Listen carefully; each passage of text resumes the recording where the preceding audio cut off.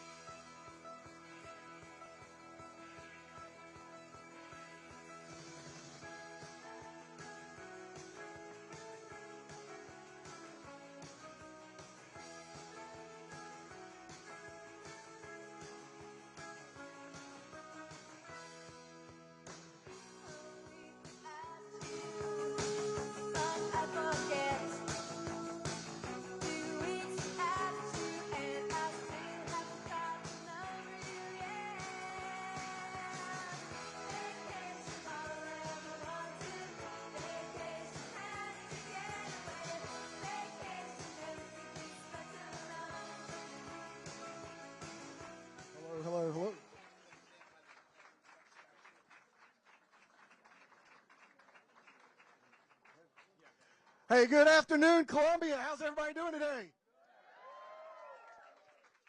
Y'all thought y'all were just coming for some good barbecue. Y'all are in for a treat here in a few minutes. As my good friend is making her way in here, I just want to welcome everybody to Richland County. It's so good to be back home. I know Nikki's excited to be back home as well. I see a lot of familiar faces in the crowd, and before I introduce my friend, I'd like to recognize a few of them.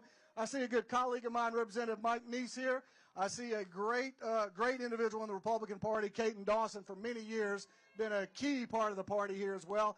And also today we've got our local Republican Mayor, Daniel Rickaman, in the house. Good to see Daniel. And I can't see him, but I know he was on his way. There's only 2 Republican Richland County councilmen, and one of them was on his way here, Don Weaver. Where's he at? Don, raise your hand. Thank you for your support, Don. Good to see you. For those of y'all who don't know me, I'm Nathan Ballantyne. I am the only Republican elected official in the House and Senate in Richland County. So it's good to be here today. It's great to have my good friend here, Nikki Haley. Y'all, raise your hand. Raise your hand if it's your first time being at a Nikki event. Look at that. You've seen this before, haven't you? Y'all, this is awesome. This is what's been happening across the country, and y'all been seeing that. A lot of people are getting involved in politics that have not been involved before because they see the energy that Nikki brings to the campaign trail. They see her vision for what she wants to do. Now, here's something that those of y'all that know her well have known for many years. The good old boys, we know it, have never liked Nikki Haley, even from the start. Those of y'all that know, about 20 years ago, she beat the longest serving member of the House of Representatives. That didn't go over too well with the establishment at all, y'all. And from the get-go, she's had to be a fighter every step of the way. I've been there as her desk mate and suite mate. I have seen history in the making. I saw it when she held the good old boys accountable for voting on the record. Y'all, she paid a price for that. Get her book if you haven't seen it. But they were kicking, screaming, bashing, whatever they could come up with, they did. And they're doing that today. So don't be alarmed when you see that. They've never liked Nikki Haley, the establishment, that is. But the people always have. You're looking at a former governor for South Carolina right here behind me, y'all. She didn't need the good old boys. She didn't need all these people who think highly of themselves, endorsing her and things like that. She needed workers, but more importantly, she needed y'all. She needed the people. And when y'all got behind her, she went from Nikki Who to one of the best governor that we've had in quite some time, probably since Carol Campbell days, quite frankly, y'all. She brought jobs to our state. She was tough on illegal immigration. She passed E-Verify. I think we were one of the first in the country to do that. So she knows what needs to be done. She did it here at our level in South Carolina. She's going to do it when she becomes president. Y'all, I'll end with this. South Carolina, y'all know what we do. We pick presidents here. Most of the times we get it right. And I've got confidence in y'all that when we vote on February 24th, we'll get it right again. If you don't want to stand in long lines, because y'all, a lot of people are turning out, you can vote early starting February 12th. But I go to sleep at night because I've seen this movie before. Y'all have seen it as well in South Carolina. Everyone is against her but the people, and that's how she's going to win. Ladies and gentlemen, let me introduce my good friend and your next president of the United States of America, Nikki Haley.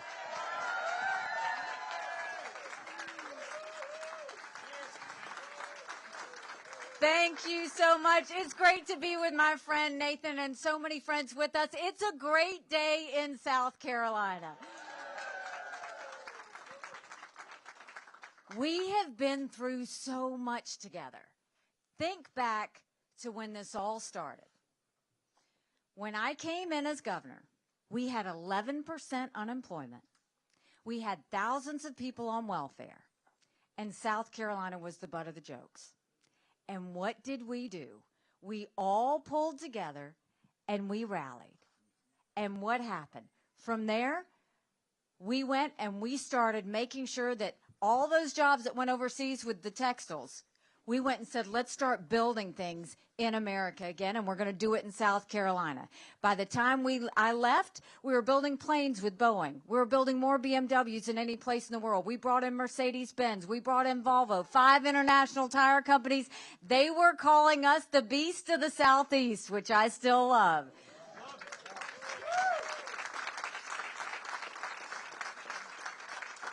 We moved that 11% unemployment down to 4%. We announced jobs in every county in the state.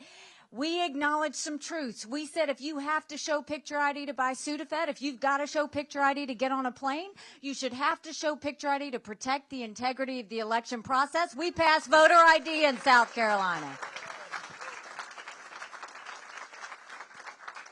We passed the toughest illegal immigration law in the country. President Obama sued us over it, and we won.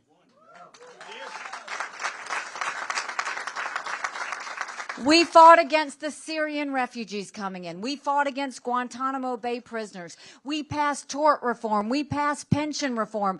We cut taxes. More than that, we moved 35,000 people from welfare to work. We changed our entire prison system, and now we have the lowest recidivism rate in the country.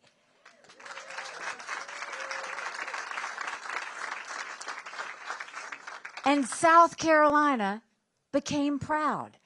By the time I left, we were named the friendliest state in the country, the most patriotic state in the country. And don't blame me for this one, the number 2 state in the country that people were moving to.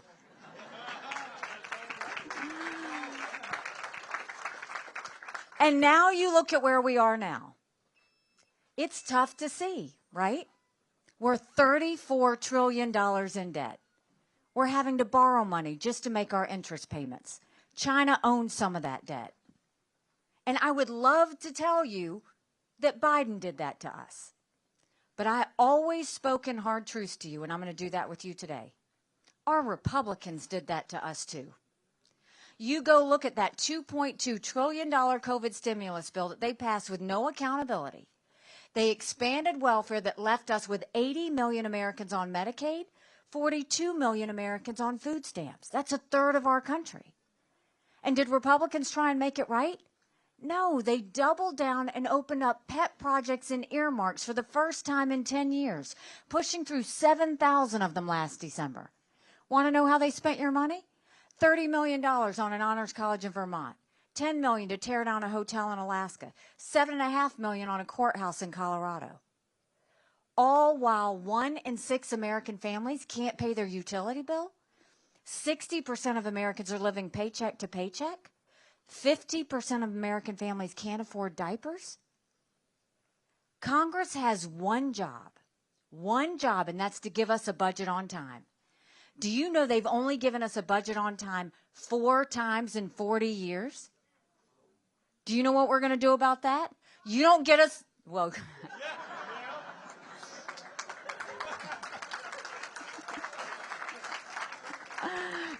God bless you for saying that. We're going to tell them, you don't get us a budget on time, you don't get paid, period.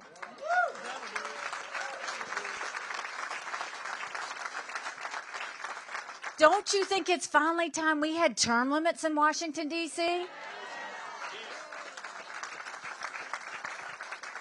Don't you think we need to have mental competency tests for anyone over the age of 75? Now, let me say this. I'm not being disrespectful when I say that. We all know people over 75 that can run circles around this. And then we know Joe Biden. These are people making decisions on our national security. These are people making decisions on the future of our economy. We need to know they're at the top of their game. So what are we going to do about the economy? The first thing is I think we claw back the $100 billion of unspent COVID dollars that are still out there. Instead of 87,000 IRS agents going after middle America, let's go after the hundreds of billions of dollars. People's needs, not the war machine. Free, free Palestine. Free, free Palestine. Free, free Palestine. Free, free Palestine.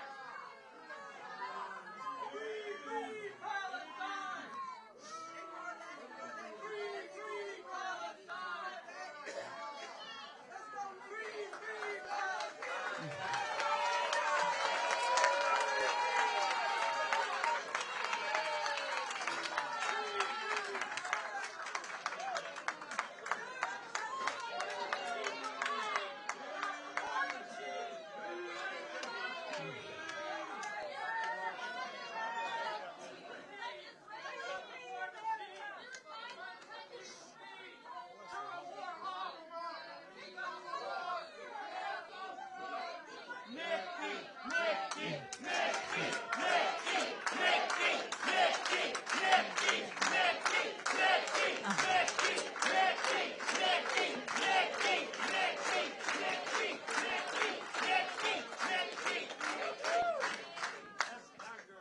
You know, let me just say this.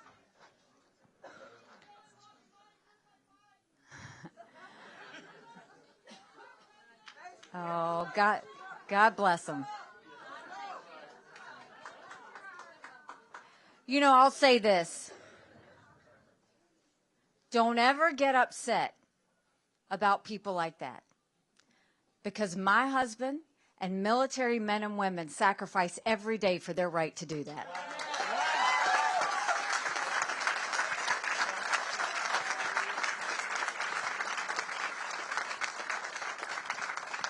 So instead of those 87,000 IRS agents going after middle America, let's go after the hundreds of billions of dollars of COVID fraud. One out of every $7 that was spent fraudulently.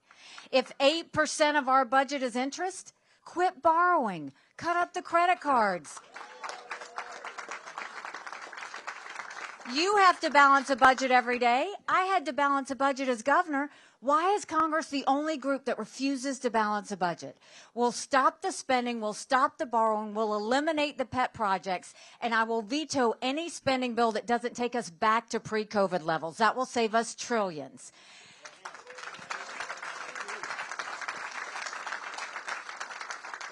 Then we'll take as many federal programs as we can and send them down to the state level. That will reduce the size of the federal government, but it will empower people on the ground. Think education, think welfare, think healthcare, think mental health. All of those were empowered by the states. And then we want to make sure that we focus on the middle class. We're watching the rich get richer and the poor get poorer. We have to open up the middle class. That's why we want to eliminate the federal gas and diesel tax in this country. Make sure we cut taxes on the middle class. And let's make the small business tax cuts permanent. They made them temporary. We need to make them permanent.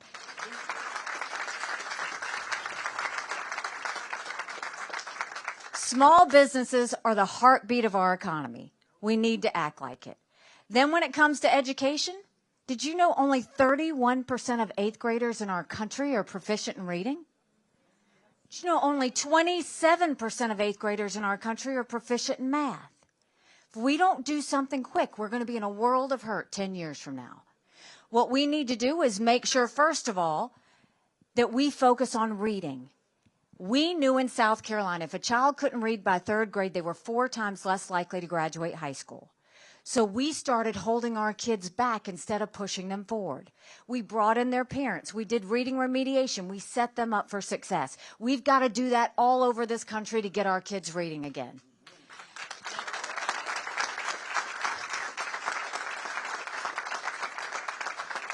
And no parent should ever wonder what's being said or taught to their child in the classroom. We need complete transparency in the classroom.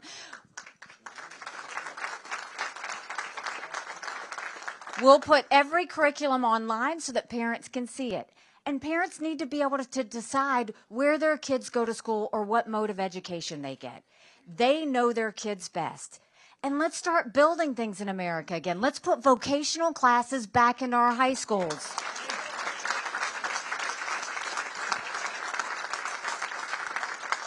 In South Carolina, we put apprenticeships. We taught our kids how to build things before they left school. Let's do that further and go nationwide with it.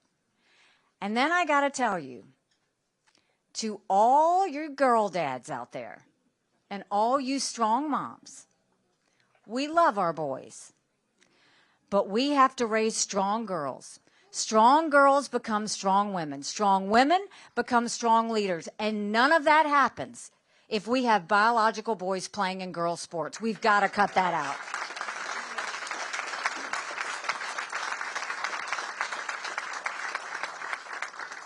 And then when it comes to the border, it doesn't even look like the United States of America anymore, what we're allowing to have happen. Now remember, we were in that fight together. We passed the toughest illegal immigration law in the country. We need to take what we did in South Carolina and go nationwide with it. We need to do a national E-Verify program that requires every business to prove who they hire is in this country legally. We need to defund sanctuary cities once and for all. No more safe havens in America.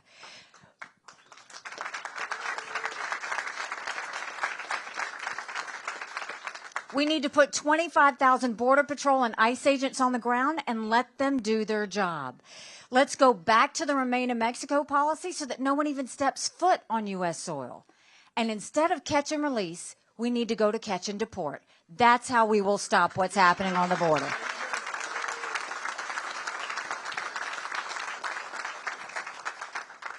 And you know, growing up in Bamberg, South Carolina, my parents always taught me you take care of those who take care of you. I'm going to ask you if we're taking care of those who take care of us. Right now in America, over 35,000 of our veterans are homeless. 1 in 3 suffers from PTSD or thoughts of suicide. We lose 22 heroes a day to suicide. If a veteran needs a doctor's appointment at the VA, on average, it takes 29 days. Why 29 days? Because on the 30th day, they can go to the doctor or hospital of their choice.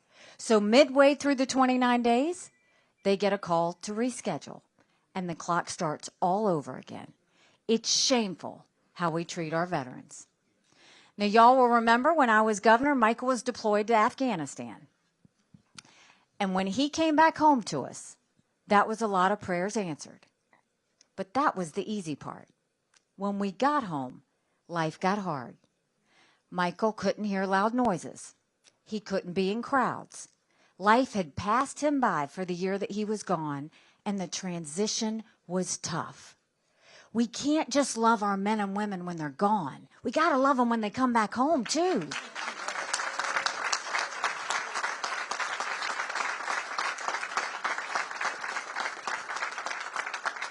So let's do more than just the 2-week transition and send them on their way. Let's do telehealth so they get the mental health care they need right when they need it.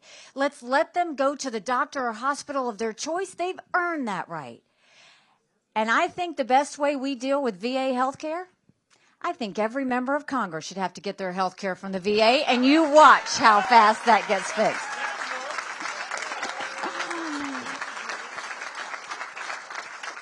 It'll be the best health care you've ever seen, guaranteed, I promise.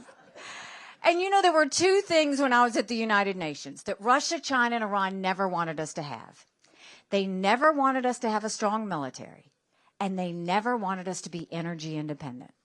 We won't just be energy independent, we'll be energy dominant. We'll get the EPA out of the way. They care more about sagebrush lizards than they do about whether we can afford our utility bill. We'll get the EPA out of the way. We'll speed up our permitting. We'll export as much liquefied natural gas as we can. We'll do nuclear power. We will turn our energy sector into an economic powerhouse. That's how we'll make sure we pay down our debt and get inflation down as well. And then when it comes to national security, we need to focus on what works. When I was at the UN, we told countries what America was for and what America was against. I didn't care if they didn't like me, but I wanted them to respect America. And when you look right now, you've got a war in Europe, you've got a war in the Middle East, you've got North Korea testing intercontinental ballistic missiles capable of hitting the U.S., and you've got China on the march. None of that would have happened had we not had that debacle in Afghanistan. Think about it. The fact that Michael and his military brothers and sisters who served there had to watch us leave Bagram Air Force Base in the middle of the night without telling our allies who stood shoulder to shoulder with us for decades because we asked them to be there. Think about what that said to our friends. More importantly, think about what that said to our enemies. Now we've got a lot going on. Our focus needs to be on a couple of things. 1, having a strong military. Strong militaries don't start wars. Strong militaries prevent wars.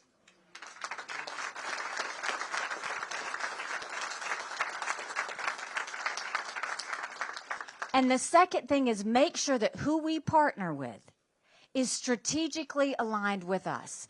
I don't think we need to give cash to any country, friend or enemy, because you can't follow it and you can't hold it accountable.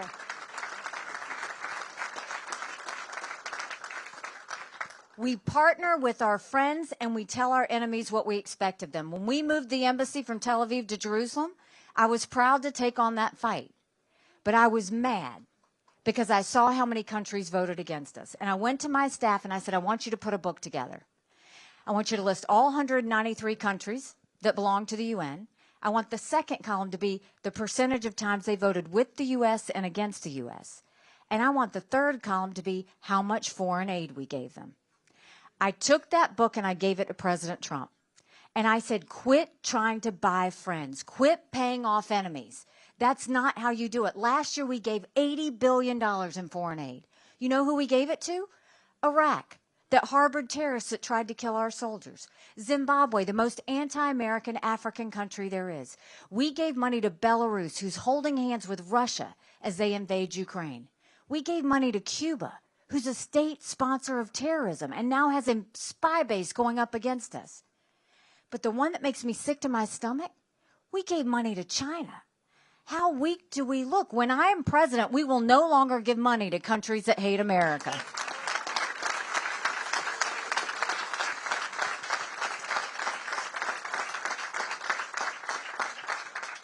So you know me. We will take that same mentality that we had in South Carolina, and we will fight for freedom and fight for America there in D.C. But let's look at the situation that we have. We have got to acknowledge some hard truths, and I have always spoken to you in hard truths. Republicans have lost the last 7 out of 8 popular votes for president. That is nothing to be proud of. We should want to win the majority of Americans. But the only way we're going to win the majority of Americans is if we have a new generational conservative leader and we leave the negativity and the baggage behind. Hard truth. I voted for Donald Trump twice. I was proud to serve America in his administration. But chaos follows him. You know I'm right. Chaos follows him.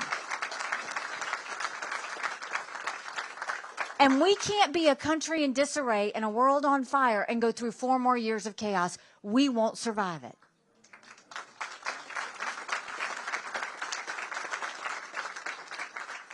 Another fact. We will have a female president of the United States.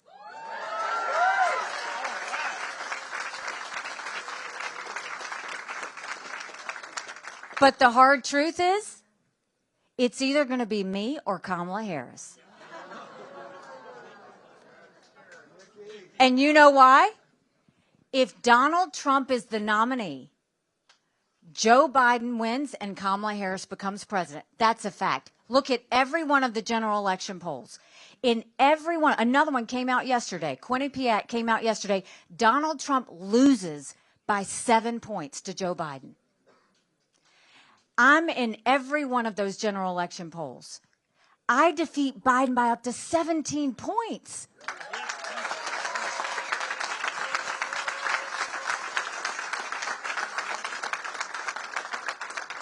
Do you know what that means? That means it's bigger than the presidency. That's House, that's Senate, that's governorships, that's school board. But more than that, you win with a double-digit win going into D.C., guess what? That's a mandate to get rid of our out-of-control spending and get our economy back on track, a mandate to get our kids reading again and go back to the basics in education, a mandate to secure our borders with no more excuses, a mandate to bring law and order back to our country, and a mandate for a strong America we can all be proud of. Don't you want that?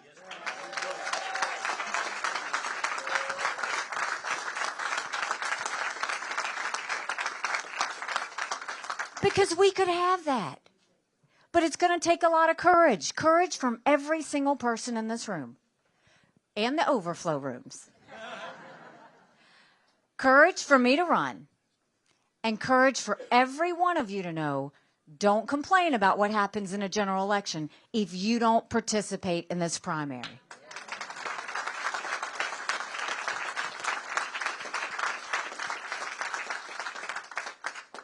We have a choice to make. 70% of Americans have told us they don't want a Trump-Biden rematch. The majority of Americans disapprove of Donald Trump. The majority of Americans disapprove of Joe Biden. Both of those presidents put us trillions of dollars in debt that our kids are never going to forgive them for.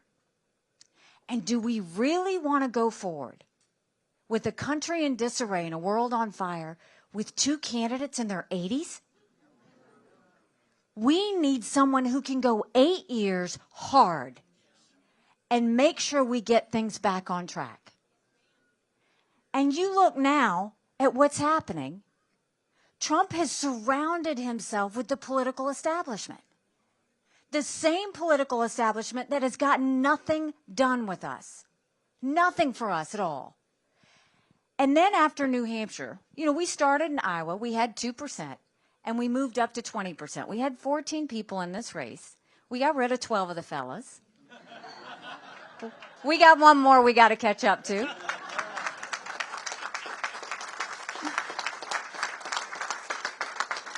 The goal is to build. So we went from 2% to 20% in Iowa. Then we got 43% in New Hampshire. But you know what the tall tale of that is? Donald Trump didn't get 43% of the vote. That should scare you. Then you go and you look at the night of New Hampshire, and he literally throws a temper tantrum on stage. He was completely unhinged. Because he had told everybody I was going to lose by 25 or 30 points, and we got 43. Then the next day, he went and he said, anybody that supports Nikki Haley is barred permanently from MAGA.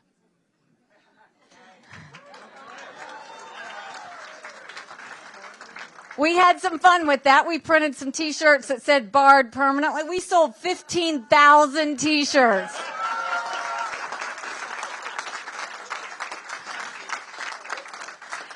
Then the next day he goes in and he pushes the RNC to name him the presumptive nominee. And they got blowback, and that didn't work. And then the next day he's in court, and he has a big verdict against him. And I'll be honest, I haven't paid attention to his court cases. I don't know where he's innocent, where he's guilty, or what's happened. But what I do know is after that speech he gave in New Hampshire, after that verdict, he railed on a lot of things. He talked about revenge after New Hampshire. He talked about how he was a victim after the court case. But you know what he didn't talk about? He never once talked about the American people. Never once.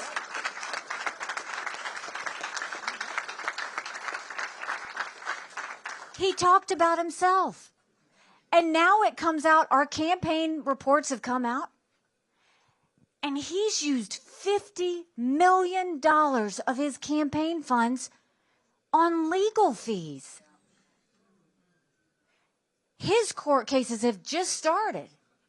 There are 2 more in March, and it goes out for the rest of the year. Do you really think he's going to win against Joe Biden when he's spending all of that money on legal fees? He's not. So this is what I'll tell you. We have done it in South Carolina before. We can do it in South Carolina again.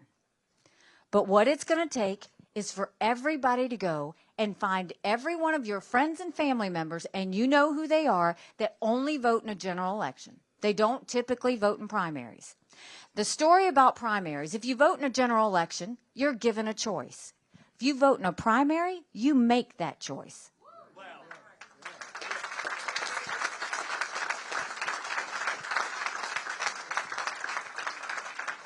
So when you leave here, take a yard sign. When you leave here, go tell your friends and family to vote early starting February 12th. When you leave here, have 5 people every day that you say, did you go out and vote, and make sure it happens. And when you leave here, keep the faith, because we're going to be okay. We just got to do the work. All good things don't come easy. They come when you go through the burn. They come when you go through the hurt, because that's the only way you appreciate the blessing.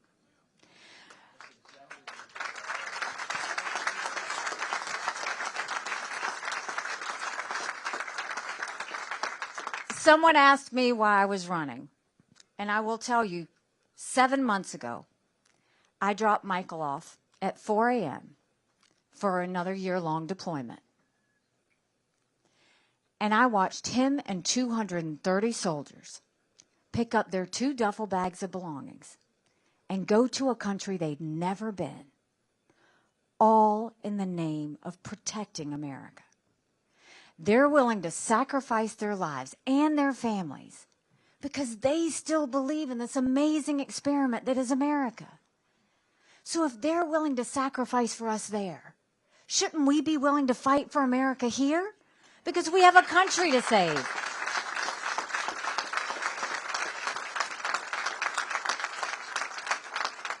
You do for me what you did those 2 times in South Carolina, and I will do for you what I did as governor. I will work every day to prove to you that you made a right decision. Thank you so much, Columbia. I appreciate it. God bless you.